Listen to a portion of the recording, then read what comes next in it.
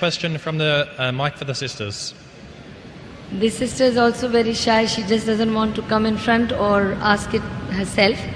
She says her question is about will of Allah. She says, I keep hearing everything is the will of Allah. Whatever happens is the will of Allah. And they say that everything is written already. So then where is the freedom of choice? When Allah gave me freedom of choice, whatever I do, if anything happens, they say, oh, this was written and it's the will of Allah. And if you could explain, if there is so much, everything is written down, then what is my freedom of choice? Sisters asked a very good question, very important question. That if everything is the will of Allah, then where is this freedom of choice? And this is a question not only asked by non-Muslims, even asked by Muslims. It's talking about qadar. That if it is mentioned in destiny, that I'm going to rob, and if I rob, who's to blame? Allah is to blame. If it is mentioned in destiny, I'm going to commit murder, and I commit murder, who's to blame? Allah is to blame. So where is the free will? So if it is the will of Allah, or if it is mentioned in the destiny, I'm joining both together, then where is the free will? The reply to this question is, it's compulsory that every Muslim should believe in qadar, but you should understand what is the meaning of destiny.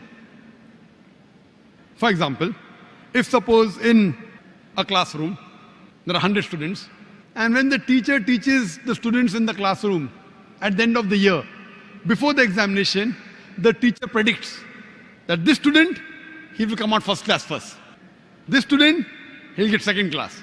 This student, he will fail. The teacher predicts why? He knows that this student is very studious, always does homework, does extra studies. This average student, second class. That student goes for movies, doesn't do homework, misses the class, predicts that that student will fail. Now once the examination takes place, after the results come out, this student gets first class first, this student gets second class, that student fails. I'm asking you a question. Can the student who has failed, can he blame the teacher that because you have predicted I will fail, I have failed? Who's to blame? The student or the teacher? Who's to blame, the student or the teacher? The student. The teacher predicted. Who's to blame the student? He did not study, he did not do his homework, he used to go for extra movies. So similarly, Allah subhanahu wa ta'ala has given the human being the free will. Allah has told you what is right, what is wrong, but the choice is yours. For example, if you come at a crossroad, there are 4 roads, A, B, C, D. You can choose any. You choose road C. So Allah knows in advance that when you come at crossroad, you will choose road C. So Allah writes, when the person comes at the crossroad, he will choose road C. So it is not because Allah is writing that you are choosing, because you will be choosing, Allah is writing.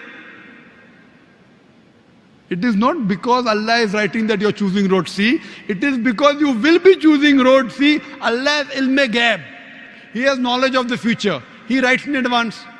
Now after you choose road C, you come at another crossroad, 5 roads, 1, 2, 3, 4, 5.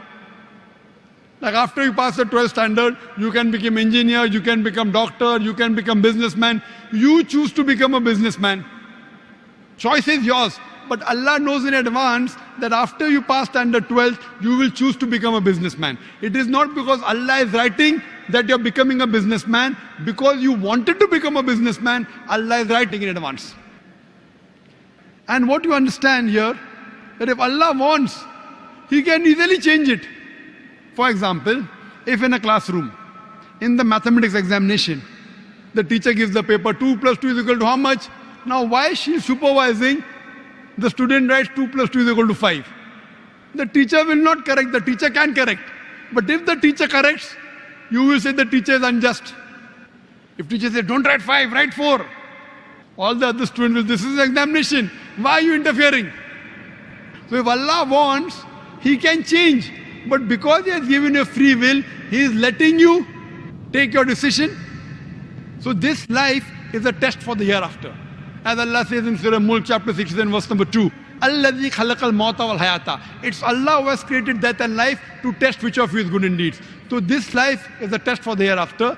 Allah has given you and shown you the rules, what is good, what is bad. Then He's given you a free will. It is your choice.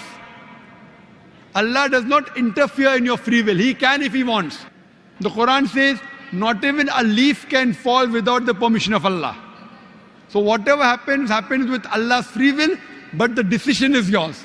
And based on that, you will be rewarded or punished. Hope that answers the question.